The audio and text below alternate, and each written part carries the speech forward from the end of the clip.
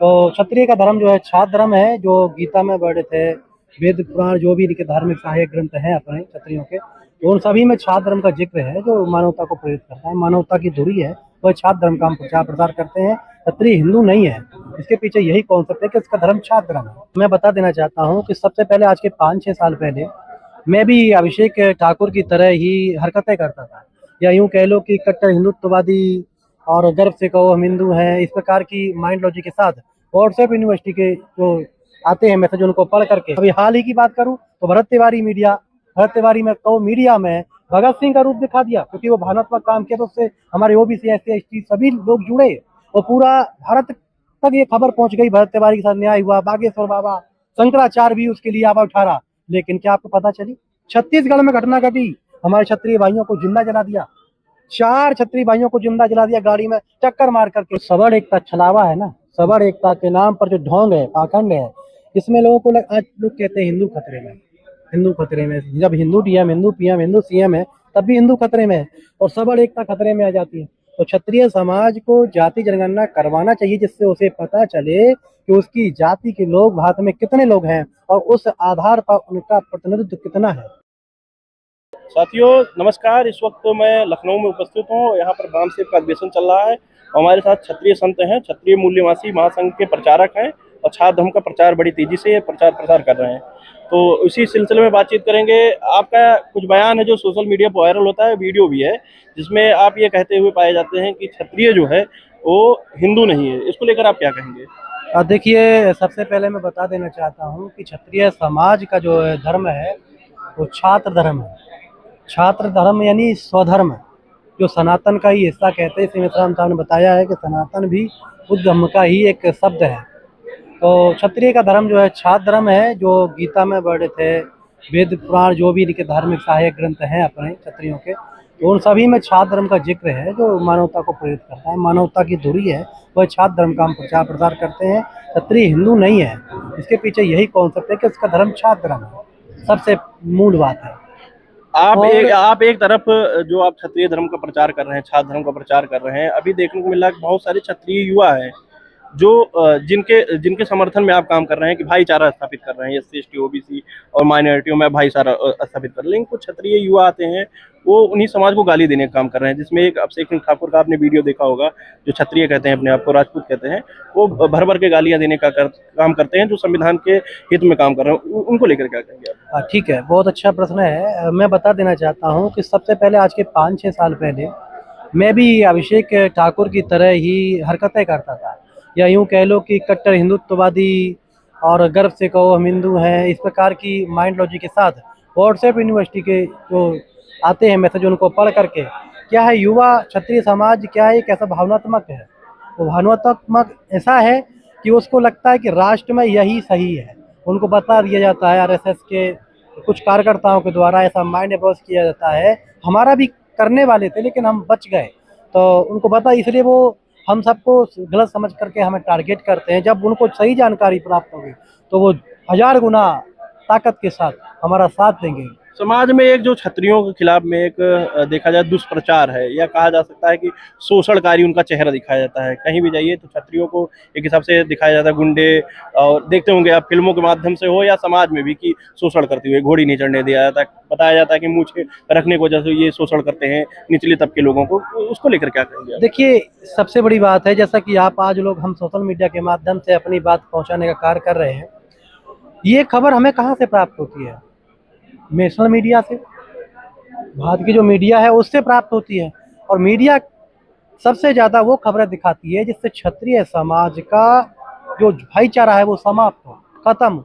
मानता हूँ कि समाज में कोई एक आध दुक्के जो हैं ऐसी हरकतें करते हैं, परंतु आपको याद रखना चाहिए, छत्राणी थी एक गुजरात की, जिसने 10,000 बच्चों की फीस भरी, वो खबर नहीं पहुंची।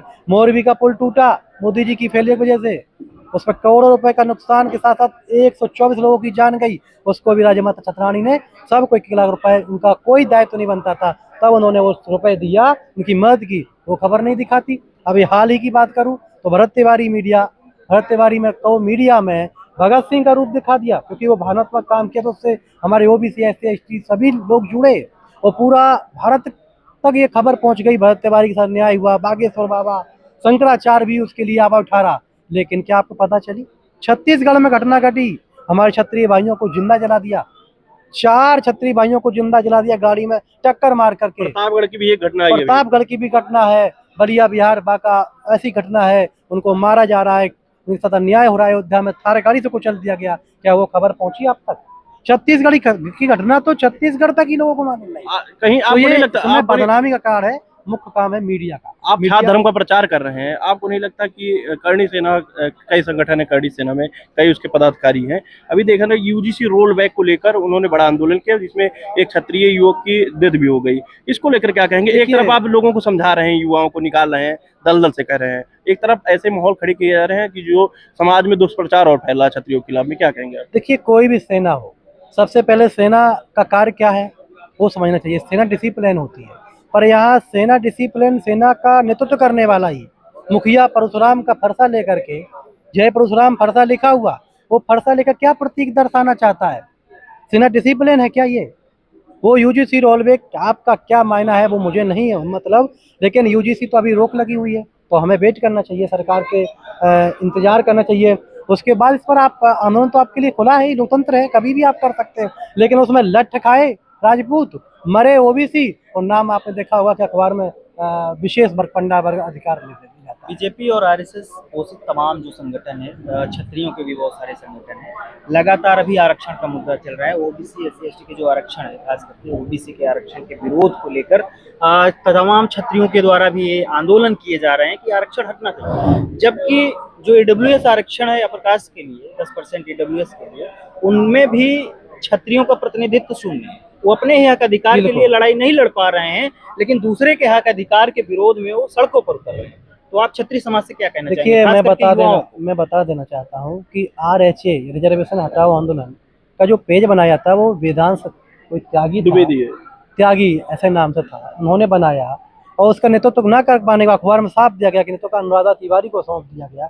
वो अंत में कह रहे हम इससे हट गए, पर उस मुद्दे को लपक लेता है हमारा युवा, भ्रमित है, और वो इस मुहिम को, जो भ्रमित युवा है वो इसका हिस्सा बनते हैं। मैं आरक्षण पर यही कहना चाहूँगा कि यदि आरक्षण की आपको इतनी तकलीफ है, सबसे पहले जहाँ पर आरक्षण नहीं है, जैसे मीडिया में आरक्षण नहीं है, जहाँ हमारे साथ अन्याय होता है, धार्मिक स्थलों पर आरक्षण नहीं है, जहाँ पर सरेआम लूट होती है, और तो और जुडिशरी में आरक्षण नहीं है, वहाँ पर भी हमारे कितने पदाधिकारी हैं, और तो और मीडिया, जुडिशरी, केंद्रीय विश्वविद्यालयों में भी आरक्षण नहीं है, वहाँ पर क्षत्रिय समाज की हिस्सेदारी कितनी है? मैं आरक्षण के इस जो ये खत्म करने की जो बात कर रहे हैं वो उनके साथ एक षड्यंत्र है।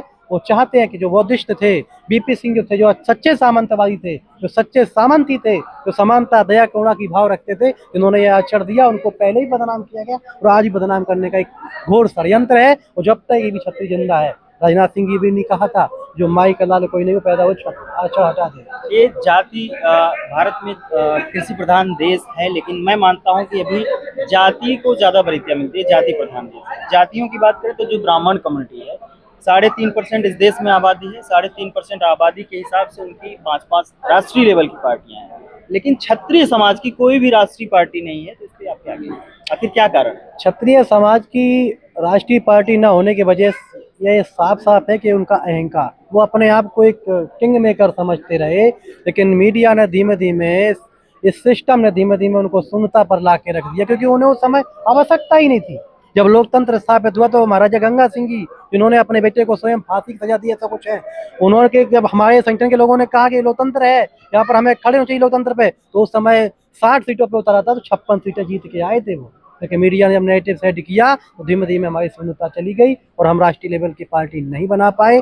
इसका लोगों को दुख है और अफसोस भी है। आने वाले समय में लोग सोच रहे हैं, मांग भी कर रहे हैं कि हमारी खुद की पार्टी हो, लेकिन मैं इस दावे के साथ कह सकता हूं, जिस दिन क्षत्रिय अपनी पार्टी बना लेगा और छात्र धर्म के स्वधर्म को पालन करके उसका बातें रखेगा, उसको विजय प्राप्त होगी, उसके साथ लोग लास्ट क्वेश्चन है हमारा, जिसमें आपका पोस्ट है, आपने कई सोशल मीडिया पोस्ट डाला है, उसमें जैसे ओबीसी की जनगणना की बात हो रही है, आप भी कह रहे हैं इसमें कास्ट सेंसस होना चाहिए और क्षत्रियों की भी गिनती हो, सबकी गिनती हो, कौन किसका हिस्सा खा रहा है, कौन किसके आरक्षण पर कब्जा कर रहा है। इसको लेकर आप लोग क्यों कास्ट सेंसस कराना चाहते हैं? मतलब जनगणना जो देखिए, मैं जनगणना इसलिए कराना चाहता हूँ कि जो सबड़ एकता छलावा है ना, सबड़ एकता के नाम पर जो ढोंग है, पाखंड है, जिसमें लोगों को आज लोग कहते हैं हिंदू खतरे में, हिंदू खतरे में है। जब Hindu DM, Hindu PM, Hindu CM है, तब भी हिंदू खतरे में है और सबड़ एकता खतरे में आ जाती है। तो क्षत्रिय समाज को जाति जनगणना करवाना चाहिए, जिससे उसे पता चले कि उसकी जाति के लोग भारत में कितने लोग हैं और उस आधार पर उनका प्रतिनिधित्व कितना है। हर जगह, चाहे केंद्रीय विश्वविद्यालय हो, मीडिया हो, धार्मिक स्थल हो, सारे तमाम पदों पर कितने अनुपात में वो हैं। मैं दावे के साथ कहता हूं कि वो कहीं भी फर्क भी नहीं है। अगर उनका प्रतिनिधित्व होता तो आज दूसरा वो दिखने को मिलता, आज कुछ और ही मामला होता। उन क्षत्रिय युवाओं को आप क्या संदेश देना चाहेंगे जो बीजेपी और आरएसएस जैसे धार्मिक और कट्टरवादी संगठन के माध्यम से, बरगलाने के माध्यम से ये लोग भटके हुए लोग हैं, तो उनको आप क्या संदेश देना चाहेंगे? देखिए, वो भटके हैं, प्रकृति इतनी बलवान है, जब किसी का इलाज कोई जब संगठन या कोई व्यक्ति नहीं कर पाता तो प्रकृति उनका इलाज करती है और प्रकृति ही सबका कल्याण करती है। तो भटके हुए भी सुधर के आएंगे। ये राष्ट्रीय समलैंगिक संघ जो आज समलैंगिकता को बढ़ावा दे रही है, जो आप कह दो तो इनको तकलीफ होती है कि हमारे धर्म का विरोध कर, धर्म विरोधी हो, ये हो वो हो, तो ये इनके बहकावे में इनका एक तंत्र बहुत मजबूत है, इनका मीडिया तंत्र मजबूत है, उनके माध्यम से चंगों में फंसे हुए हैं। लेकिन जैसे जैसे वामसेपी क्रांति घर घर तक जाएगी, बहुजन समाज की क्रांति घर घर तक जाएगी। मैं एक इससे आपके चैनल के माध्यम से ये भी कहना चाहूँगा कि जैसे हम प्रचार कर रहे हैं, वैसे ही प्रत्येक मूल निवासी बहुजन को यह समझना चाहिए कि आज ये बहुत ही विपरीत परिस्थितियों में क्षत्रिय समाज खड़ा हुआ है। जैसे हमारे महापुरुषों ने उनका साथ दिया, उनको बाबा साहब को पढ़ाकर को तैयार किया, जो आज हम सब लोग आज बोल पा रहे हैं, ऐसे ही समस्त मूल निवासी भाई लोग गांव-गांव जो हमारे क्षत्रिय बंधु हैं उनको प्यार से समझाने का कार्य करें, उनको बताने का कार्य करें कि आपके साथ क्या हो रहा है, आपके साथ अन्याय हो रहा है, तो वो समझेंगे, जरूर समझेंगे। उनसे बात करने के लिए बहुत बहुत धन्यवाद। बहुत बहुत तो साथियों, धन्यवाद। हमारे साथ शैलेंद्र सिंह चौहान थे, जिन्होंने साफ तौर पे जो हमने क्वेश्चन किए उस पर अपनी बात रखी। उस पर आपके क्या कहना है कमेंट बॉक्स में जरूर दीजिए।